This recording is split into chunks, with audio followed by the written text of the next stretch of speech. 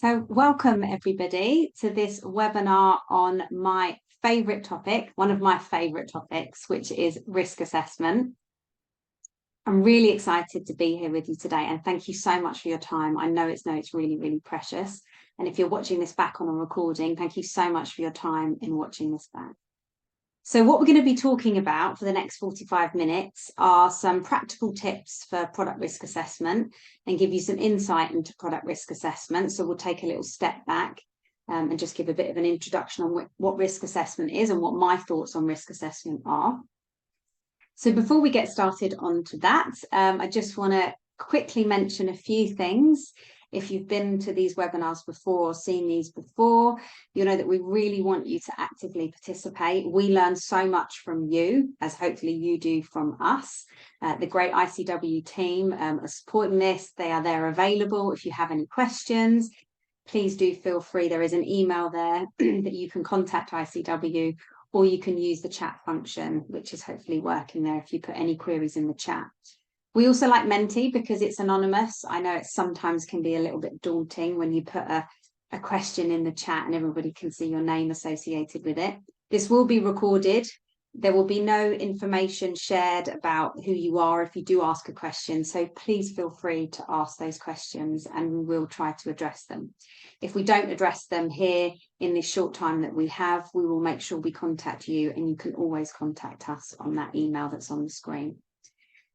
Your line should be muted, but just in case it's not, just double check that, and they are being recorded, as I mentioned, which is great because you can always refer back to them and the previous webinars that we've done before, which I'll briefly mention as well. Okay, so before we start the webinar, and I gave some people a bit of a head start, those that got in here a little bit earlier, I just wanted to get your thoughts on risk assessment. So I know what my thoughts are, and I will share with you what my thoughts are, but I wondered if there was some queries that I could try and address in the next 45 minutes. If you could put that in the Menti, or any thoughts that you have, just, you know, maybe you struggle, or maybe you're not sure, or you have no idea, or it makes you feel sick, or it makes you feel nauseous, or you don't like doing risk assessments. Whatever it is, just please let me know in the Menti and I will try and address those. I'm going to keep them separate. If I feel to, I'll share some of those thoughts that are coming through at the moment, but I can see them on a screen in front of me. So some people have said there's no harmonized approach. I do agree with you on that one. There are various methodologies on risk assessment. I'm going to cover some of those today, but I'm really going to focus on the EU methodology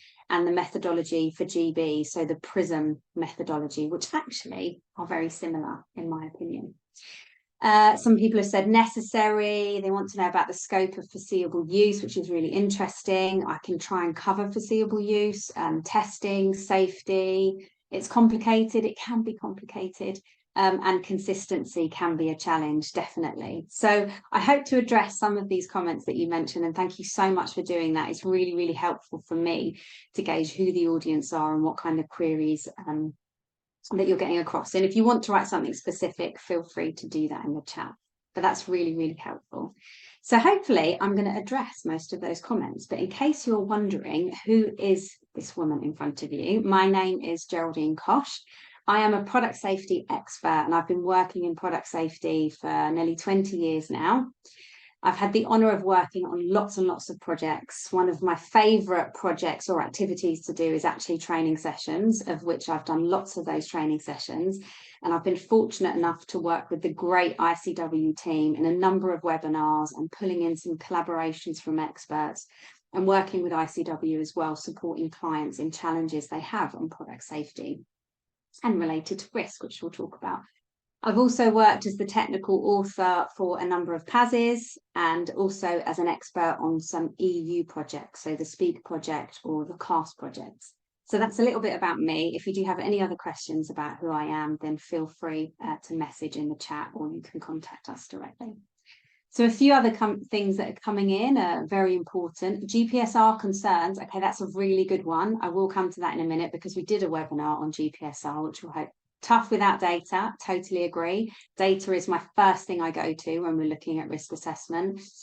Challenging analysis. consistency, over testing necessary. Okay, some really good points in there about risk assessment. So thank you so much for that. I'll try and address those. So you already mentioned it when you put it in the Menti about GPSR. So these webinars have been done deliberately and in a really good order. So earlier in the year, we did one on how to identify product safety legislation. These are all available on the ICW website because they've done their own risk assessment and a risk assessment on your behalf. You know, what if you miss these webinars? What if it's the first time you're joining us today? So ICW have covered that and they have the recordings available online on their website, which is awesome. So you can go back, maybe you watch it, you think it's great and you want to refer your team to that, or you want to go back and have a look at it again now that we're explaining it in a new context. So the first thing we looked at was the importance of identifying legislation and how you do that. So I gave some tips and tricks on how I identify legislation associated with products. And that can be part of the risk assessment. Sometimes it's the first thing, you know, is it compliant with the legislation? Are there any other markets that have legislation that covers the risks or address the hazards? And sometimes you do that in what's known as a safety assessment. For example, if we look at toys, are the hazards or risks identified in other pieces of legislation or standards? You can pull them across regardless of what your product is. So it's really important to know the legislation. And then our very popular webinar, the GPSR, which again was mentioned. Did you know the word risk is mentioned? I think it's about 133 times in the new GPSR. So risk is a key thing to do with the general product safety regulations. So the new ones that are coming out in the EU. And we did a webinar on that. We had the amazing Rutger do presentation on the GPSR, which I often refer back to and often watch that again. And then we looked at data. So the last webinar that we did, exactly as somebody's mentioned there in the Menti, data is vital for risk assessment. Without it, it makes it difficult. It doesn't make it impossible. And I'll give you some tips and tricks on what I do with that. But data is key when it comes to doing a risk assessment. And it's really useful to have information and data associated with your product or like products and where you can get that from. And I covered that in that webinar and we'll mention that again very briefly today. And of course, today we're talking about risk assessment, and then don't forget very product specific, because we asked you before what you'd like to hear about, and the most popular vote was on cosmetics. So the great ICW team and I have managed to get an amazing presenter, Amanda Ison, to come and talk in November about cosmetics. So make sure that you register for that. If there are any other topics, because we're looking at this long list here of amazing topics we've done, if you're thinking, oh, I wish that they did something on this or that, please do let us know in the chat. There will be space at the end when we send you the questionnaire, or on the Menti, anywhere in the Menti if you want to add that, or just let us know or contact us. And we are looking at the kind of topics we're going to address in 2024. So we will try and achieve that as much as we can. So what we're going to talk about for the next 45 minutes, I'm going to give you a brief introduction to risk assessment and what that means. It can be complicated. There are different methodologies. So I just want to address that really quickly. I want to look at the risk assessment process and looking at some practical tips. And we do have Q&A session, but I'm going to see how it goes, see how kind of awake or interactive you are. I'm happy to take questions throughout. When you see a slide and you're thinking, oh, a specific question, then I might try and address that at that time. So please do feel free to put it in the chat and let us know if you've got any questions. Okay, so before, I'm going to do a little test and see if I can measure your confidence levels. Basically, hopefully it changes after this session. If it doesn't, then I'm not going to let you know. But really what I want to see is how comfortable do you feel about completing a risk assessment? If you can just give a little rating. So do you feel not confident? That's 1. 2 is so-so. 3 is okay. 4 is, yeah, you're getting there. And then 5 is very confident. And it is difficult because for me, it depends. If somebody questions me and says, right, I want you to do a risk assessment on X, Y, and Z, it depends on the product. It depends on what it is and how confident, how much coffee I've had, how much sleep I've had, right? I know it can vary, but I just want to get a bit of an idea of how confident you are in completing a risk assessment. Oh my gosh, I have quite a lot of people that are very confident, right? So maybe today's just going to confirm that what you do is amazing and maybe give you a few tips. Oh, somebody's put in the chat there a 5. wow, maybe you and I can talk after and you can review my risk assessments when I do them. But that's great. That's really interesting to hear. So if you can fill that out, that's really good. And then hopefully for those of you that are not feeling that confident, hopefully I can change that a little bit with some of the information that I'm going to be giving you here today. So thanks. And I'm really pleased that the Menti's working, which is awesome. Okay, so why? Why bother doing a risk assessment? And, you know, has anyone done a risk assessment today? Maybe put that in the chat. Did anybody do a risk assessment earlier? Are you doing one for later? Anyone completed a risk assessment today? Just let me know if you can in the chat. And what's the point of doing a risk assessment? There's different types of risk assessments, right? There's the risk assessments that you have professionally that you have to do maybe for work. You have health and safety risk assessments in terms of the buildings that you're in, you know, people that are working in big groups or organizations, or I think at, you know, school where my children go, they have to do risk assessments all the day. So somebody said they've done a risk assessment today and they do it every day on garments. Great. So as part of your profession, but personally, we do risk assessments all the time. So the lovely ICW team and I were already on this webinar about how long ago? About 45 minutes ago, just making sure that everything worked. So that was our risk assessment. I did my presentation, I worked with the team, I checked that it was okay, that there was no surprises, that they can see what I'm doing. That's a risk assessment. The weather here, so I'm based in London, you need to have a risk assessment on a daily basis because you need your sunglasses, your umbrella, your coat, multiple layers, because you get all seasons in one day here in London.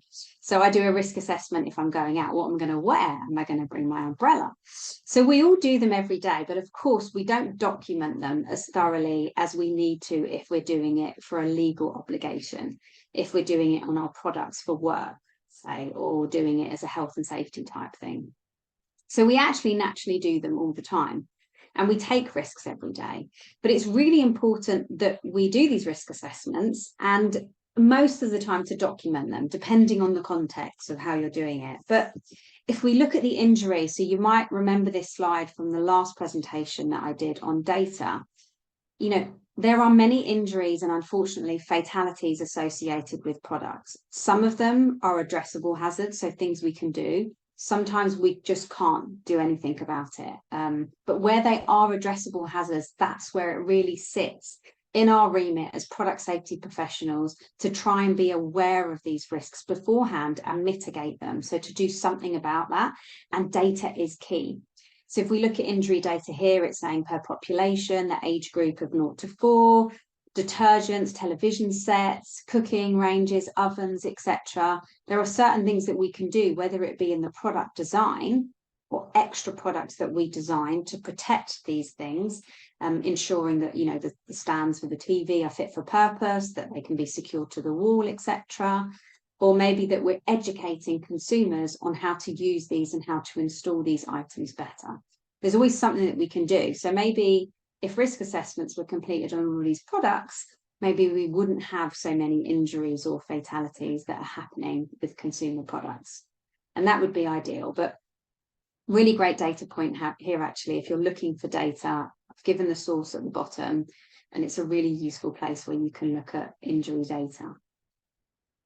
So when we're looking at risk assessment, so one of the tools that's out there that you might have heard of is the PRISM risk assessment methodology. And that's here, GB, so it's a Great Britain document that's been produced by the government. I'm just going to share the link in the chat for everybody. So hopefully you can all see it, so you can have a look if you haven't seen this already or you haven't heard about this already.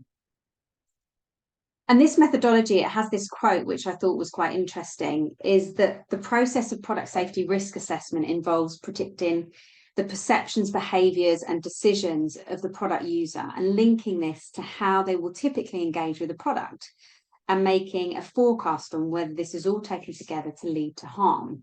Fundamentally, that's quite a complicated paragraph we've got there, a few sentences explaining, and that's why risk assessment is really difficult. It's quite difficult to predict consumer behaviour, to predict behaviour in general. However, one way that we can do that is looking at history. We can't predict everything.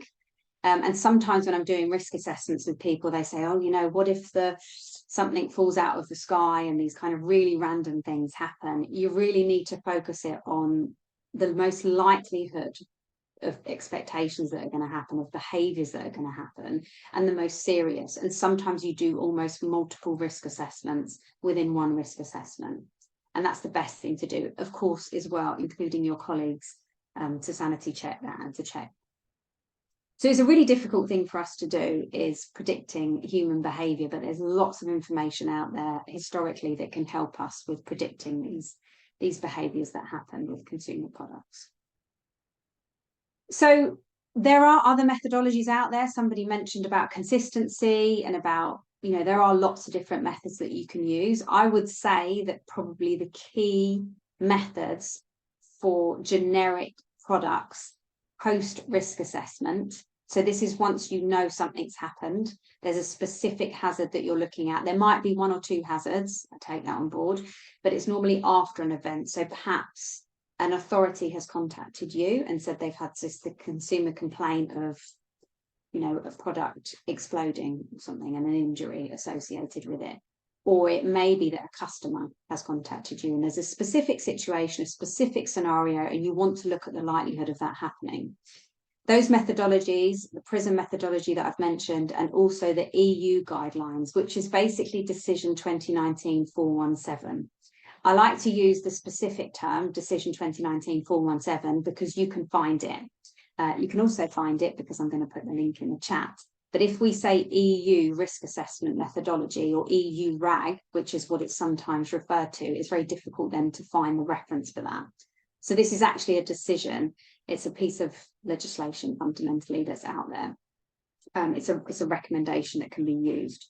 So it's not mandatory, but they're actually developed. These methodologies were developed with market surveillance officers in mind. So those authorities that maybe they've got a complaint or maybe they've got a suspicion about a product, these are the methodologies that they're going to be using. You've also got something called a safety assessment, which people often call a risk assessment. Depending on the mood I'm in, I get a little bit frustrated because a risk assessment normally comes out with a rating of serious, high, medium or low.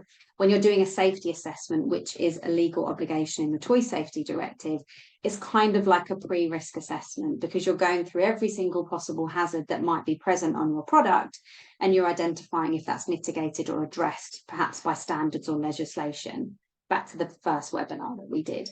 But you're not really coming out with a risk assessment. And really, everybody should be doing this on all of their products.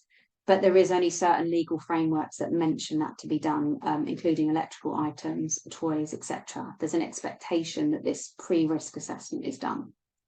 In my opinion, other people have different opinions. You can use the principles of Decision 2019-417 or the EU risk assessment and PRISM to do that pre-risk assessment if you want to.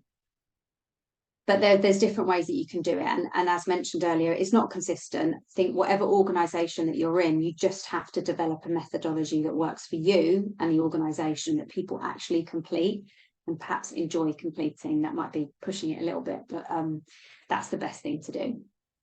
But to be aware of these things, I think especially if an authority or somebody questions you and says, have you done a risk assessment? And you can say, oh, we've reviewed this, and this is our methodology. It's a lot better than saying, what's a risk assessment? That's not going to be a great position. So you've also got Senelec Guide 32, which is related to the low voltage directive. You can have a look, you can put that in your search engine and you can find that and have a read of that. And then you also have what's known as the New Zealand nomograph, which I do think is a useful tool. I personally tend to use the EU methodology or the PRISM methodology, and that's just because of the location and where I am. And there's pros and cons with all of them, and it just depends whatever works for you. So I hope that was helpful just to really give a bit of overview of the different methodologies that are out there and which ones that I tend to use. We're really going to focus on in this webinar on Decision 2019-417 and the PRISM methodology. So I'm just going to walk you through that methodology. The most useful, not the most useful part, it's a really useful document. It's quite a large document to read and to go through. But it's if you go to this specific page, I believe it's page 50, don't quote me on that. But if you open up the decision, you could try that now and go through with me and you can find this flow chart. And this is a schematic flow chart that shows you the process of doing the risk assessment. So we've got, I know it's very clear here on the screen, but we've got describe the product and its hazards. And there's a table 2, which I'm going to pull out and show you. So looking at the hazards, that tends to be where I go to first. Everyone's different, right? If somebody's got a product in front of them, I've got a pen, I'm going to straight away say, right, what's the hazard? You know, is it, puncture hazard? Is it laceration hazard? You're going straight to the hazard. And then what are we talking about with that hazard? What's the severity? So I tend to actually go to point 4 on this slide here. So I'm looking at, let's say, laceration, because I've got a sharp point. Is it a level 1 or a level 4? And I'm going to show you that in table 2. And it gives you some information on how you can identify that level of hazard. Coming back to that safety assessment that I mentioned earlier, that's what you could do in your safety assessment. So if before launching this pen, I'm going to list all of the hazards potentially. You know, you've got choking. Again, you can use the decision to list those hazards because they're listed out in there. Is there any choking, suffocation, strangulation, laceration, etc.? You know, there's not necessarily strangulation associated with this unless you had a string on it. But if we look at laceration, is it level 1 or level 4? What's the likelihood of that happening? You could do that pre. But if we're looking at post, we want to understand what's the hazard and what's the level of that hazard? What's the severity? So is it going to injure you or is it going to kill you? And it helps you within the method, the EU method, to identify that. Then we're looking at consumers, which is quite an interesting and challenging thing to do. What kind of consumers are going to be using this? You know, children may use this, but it's not as attractive as a child appealing pen, etc. So including that information in your risk assessment is really important. And then we look at the injury scenario. So if there was a sharp point on this, I pick it up, I touch it, lacerate my hands. That's the steps. That's the kind of critical path to injury, and that's the injury scenario. And then we have to assign a probability with all of those steps. And I'm going to break this down on how they do that in the decision in the EU methodology, and you come out with a probability. So I just wanted to highlight that the PRISM methodology is actually very similar to the EU methodology, but it adds on parts that you probably already do anyway. So as you see on this slide, you've got the process flow, you've got the identification of a non-compliant product. And it doesn't mean if it's compliant that it's okay. We all know, we're probably aware of it, where there are products that are compliant that have still led to injuries or deaths. So it's just a thing that you go through in your head. Back to the first webinar that we did. What's the legislation? What's the standards? Have these been addressed? You know, were they tested? So we look at that. And then we look at risk triage. So do we need to go ahead and looking at a full risk assessment, yes or no? And there is actually resources on the website, on the PRISM website, where if it's certain products, they're automatically serious risk. So I'm just showing you this here on that slide, that where you can look products and hazard deemed serious risk. So if you click on that link, it has examples within there of products that are automatically serious risk. An example of that is like chemicals. So therefore, you don't necessarily need to go to a risk assessment. It is all case by case. And I do know that the EU have a similar kind of approach. So if you have a non-compliance of REACH or Roche or chemical legislation, that can be considered automatically a serious risk. And the rationale behind that is because there's been a lot of research and information gone into identifying certain chemicals that are considered hazardous. Of course, there are ways that you can address that, and maybe if it doesn't leach, etc., you might want to do a risk assessment. But they've just got an example there on the website. You can go to products that are automatically a serious risk. Then you've got the section 3 within PRISM, which is the risk assessment, which, guess what, is very similar to the EU methodology. So when I do my risk assessment now, I actually just use an approach of both. They're very, very similar. And I think what the PRISM methodology has done is it has enhanced and documenting stuff that you already do anyway. So I take bits from both of them. And then you look at risk evaluation and the risk management side of it and the quality assurance, which you would be doing anyway, but is not necessarily as well documented in the EU method. So I hope that helps with regarding the EU and the GB method there for risk assessment. The website is really useful for PRISM. So it's got some information, it's got some accident statistics, it's got the fire statistics that are in there. the mortality statistics. Of course, it's got a link to my favourite database in terms of injuries is the NICE database, so the US National Electronic Injury Surveillance System. And then we've got some information on chemicals, and then on academic literature resources. So where you don't have specific accidents or you just want research and you have the time, because time is a really important thing here. If you have the time, looking at Google Scholar, PubMed, or BMJ, the British Medical Journal, really useful resources that you can look at. It's a really good question that somebody's asked. So on risk assessment processes like PRISM, how do you go about calculating the probability figures for each hazard? Okay, I'm not sure about each hazard, but for each step, I'm definitely going to address that here in this webinar. So how do you calculate the probability for each step? We're going to talk about here. And then how do you assign a severity level to the hazard? I'm going to address that. I'm not sure if that addresses your question, but I'm definitely going to come on to it. And I hope that it does. If it doesn't, please do clarify and I'll work on there. So I highly recommend this website. I've already put the information on in the chat for the PRISM methodology, and the website has some more information that help you with the methodology. And it's an Excel spreadsheet that is the PRISM methodology at the moment. So as I've already alluded to and I've already explained, there's some differences. There are additional elements in the PRISM methodology. There's now consideration of the triage, which you probably automatically do anyway. The multiple hazard assessment, so you might have more than one and it takes that into consideration. It looks at population risk and it looks at different things in the management of risk. So looking at increased risk, people that are increased risk, using data. There's a really good document that explains it really quite nicely about product homogeneity, psychological harm and those kind of things as well. So I highly recommend having a look at the guide, which is available on the website. So when we were looking, and I don't know if this addresses the question, is looking at the hazard or the harm. So what level of it is it? So there's 4 levels that are identified in both of the methodologies. They're the same.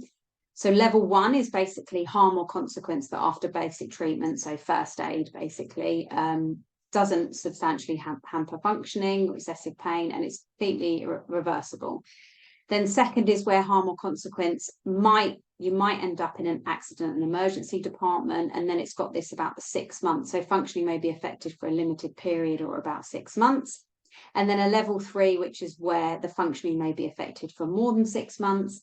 And then you've got level 4, which is basically fatal, which is useful. But what I find even more useful is within the decision is that it lists out a number of hazards or harms, types of injuries, and then it will give you examples of a level 1. So a level 1 laceration, I was talking about my pen here, which thankfully doesn't have any laceration hazards, but if it did, a level 1 would be superficial. So maybe I have a little cut, plaster, and that's it.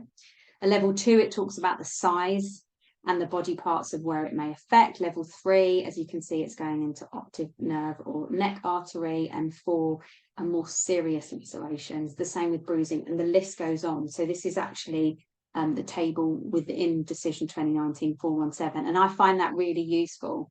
That's not in the PRISM methodology. So this is why I use a mix of both, because I find this really, really useful when I'm trying to understand the risk associated with a hazard.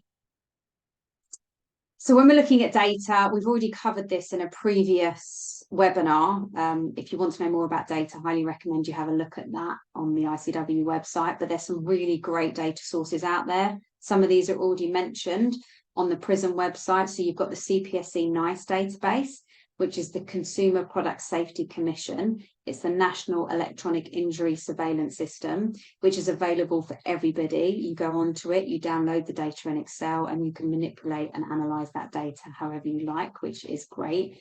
You have the Safer Products and the Clearinghouse data, which will look at fatalities, again from the CPSC. You've got anecdotal data. Some people don't agree with that, but I think if you haven't got anything else, I definitely use that in my risk assessments. If I'm going to a website, and reviews, for example, I think can be really, really useful. And I think if you haven't got anything else, or it can add to it, this is a jigsaw when you're doing a risk assessment. So the more pieces you have, the more clarity you can get sometimes. Recall notification data can sometimes be helpful. And then research, if you have the time to do these things. Sometimes you don't have all of this time, but if you do, doing quick research You open up your search engine, injuries associated with pens, and I bet you there'll be some great information that's out there. There might even be a medical journal on some peer-reviewed work that they've actually done on looking at that. Customer complaint data is vital as well. And I definitely think reviews are really useful. And that's why you should collect your own customer complaint data and almost categorize that yourself so you're ready as well. And there's probably lots more. And I love scientific journals. And there's just an example there of characteristics of objects that cause choking in children. That's an article from 1995. I still refer to that to this day. I don't think there's anything that's massively changed that. I think there's some really useful data in there that's lasted all of this time. So there's some really useful data and resources out there. And you can contact myself or ICW if you're looking for a specific piece of data and you can't find that, because we probably have it. Or if not, we'll find it for you.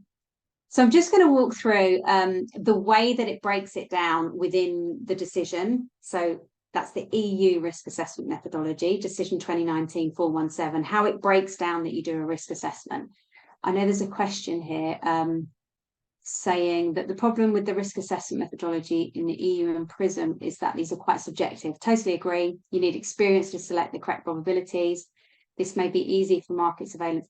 I don't actually think so. So the last comment that was put there was this may be easy for market surveillance officers who have a lot of statistical data at hand, but complicated for the economic operator.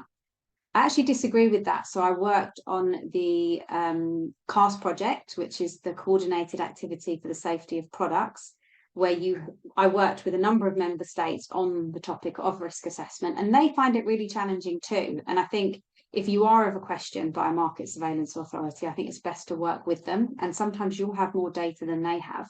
They're not an expert on your products, and you certainly are. But 100% it is subjective. And we're trying to make this as objective as possible. So I'm just going to walk through some examples and hopefully help you. And if we can find data for each of those steps in the risk assessment, that's great. But if we can't, we just have to guess sometimes. And that's just the reality of it until more data comes to hand. And it's subject to change. It can change. You shouldn't do these on your own. You should definitely consult with your peers and colleagues.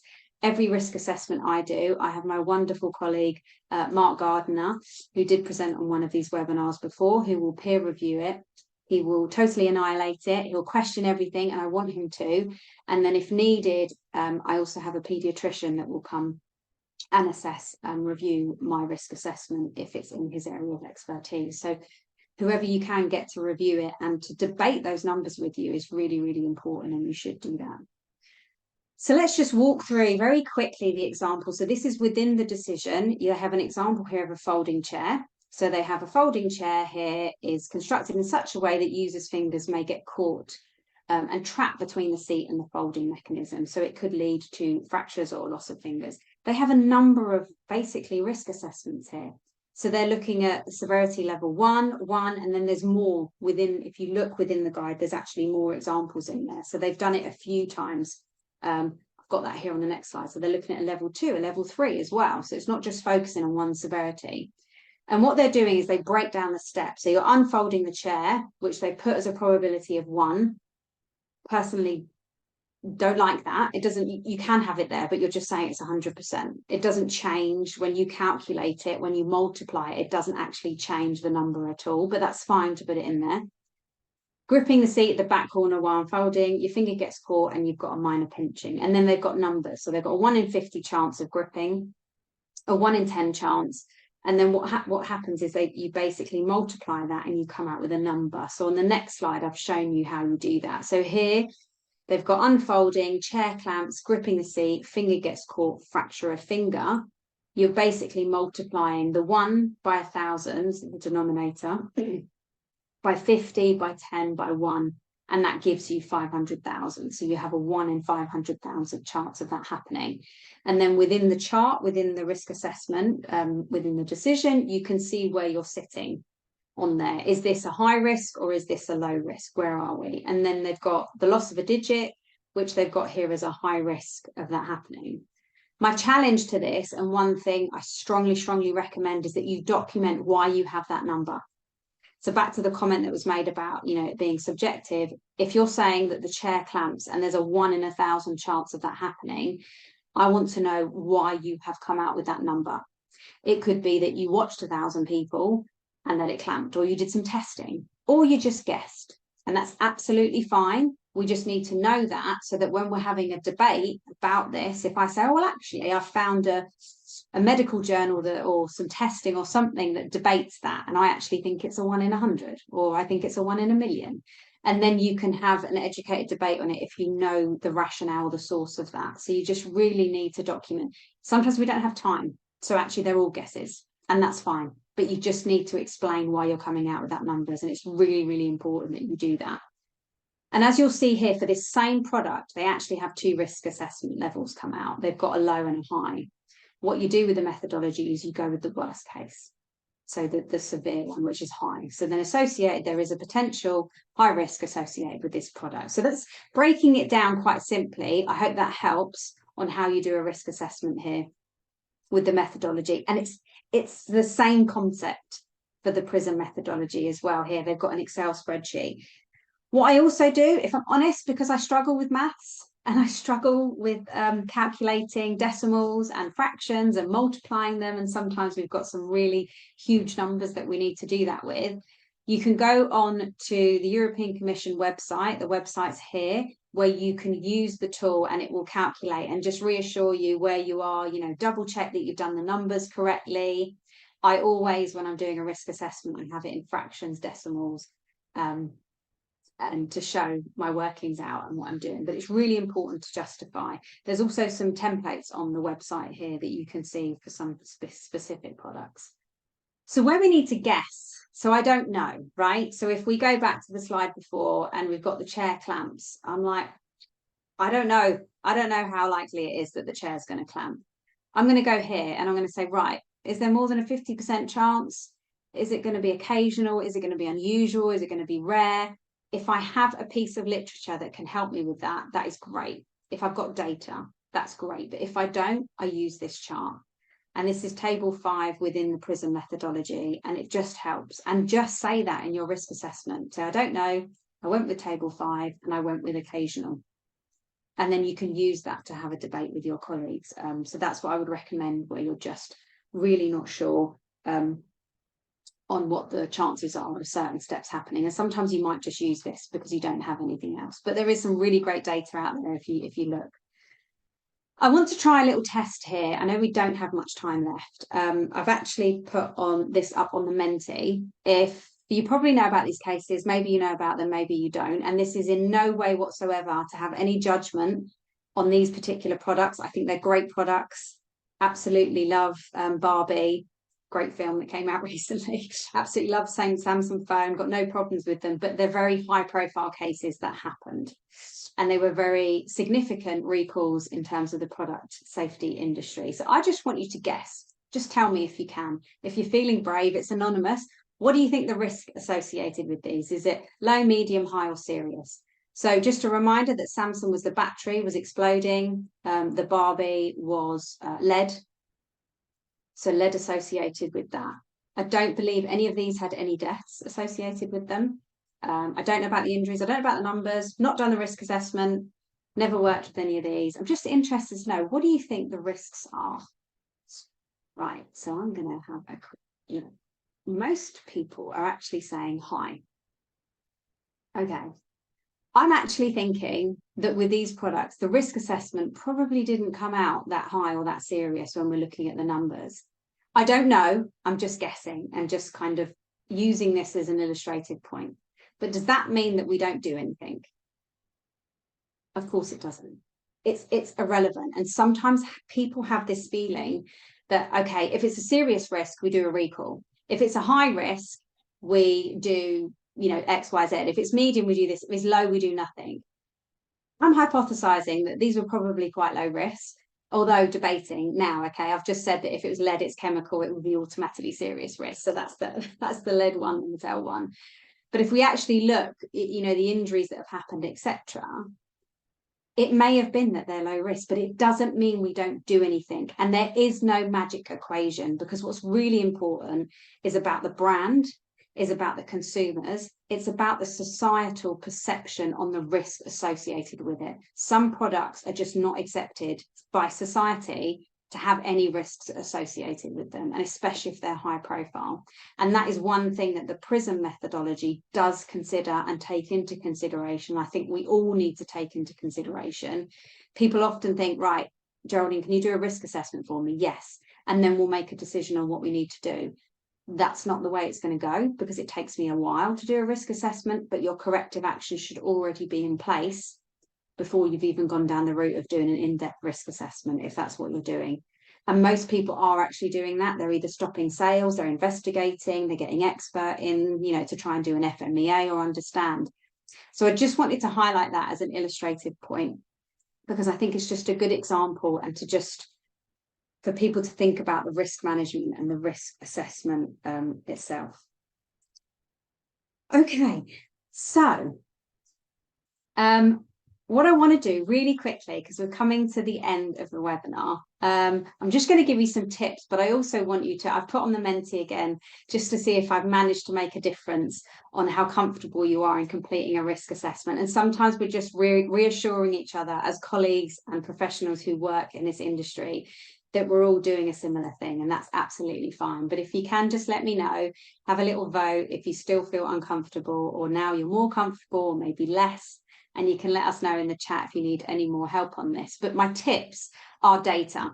If you can have some data, get the data. I get the struggles, I get the challenge, but your search engine is your friend. Just type in there, laceration injuries with pens, and you never know what will come up. And that you can use that regardless. It doesn't have to be a peer-reviewed medical journal. It can be anecdotal data.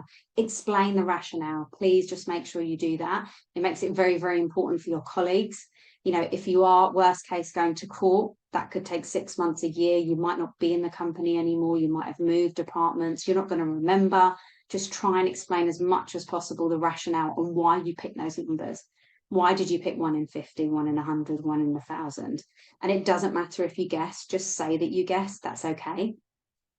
Document, including any limitations, and that's another thing the PRISM methodology does, is it looks at the limitations and the risks associated with the data. How strong is it, the data that you have? And also, don't do these things alone. I highly recommend getting some colleagues. My business is just me, myself, and I, but I definitely have a great network that I can call upon to review and to critique the work that I do, because that is what will ultimately happen if we're ending up in that difficult situation. So I highly recommend a peer review when you're doing a risk assessment. So that's actually it. We've only got a couple of minutes left. So before we end the webinar, I've mentioned this, it's on there, people have completed it, and I really appreciate you doing that. I also wanted to know is, what would you like in 2024? I can't believe we're coming close to the end of the year. What kind of topics would you like the amazing ICW team to present some webinars for you? So I'm just going to open that up there, and hopefully you can see that. And of course, if you don't know what ICW is, or the system, this is just giving you some nice visual. It takes the headache and the admin out of our product safety and compliance roles. So if anybody would like to understand how they can do that, and also support with getting testing, which is, one of the key first parts, and sometimes one of the biggest things and biggest costs to businesses, how they can save costs, time, money, associated with that, then please do reach out to me or any of the ICW team, and we can certainly do a demo on how you can use your data better and where you need to focus on product safety issues. If there's any questions, please do put it in the chat. Somebody's put a lovely comment in there. Absolutely love it. Thank you, Geraldine. You've made a very complicated topic more understandable. Yes, your job is complete. So feel free, and thank you so much for that comment. I really, really appreciate it. It's an absolute pleasure doing a webinar with you on my favorite topic. And if you have any questions, feel free to message us or message me, and we will do our best to create some more webinars in 2024 with the amazing ICW team. Have a wonderful week, and thank you.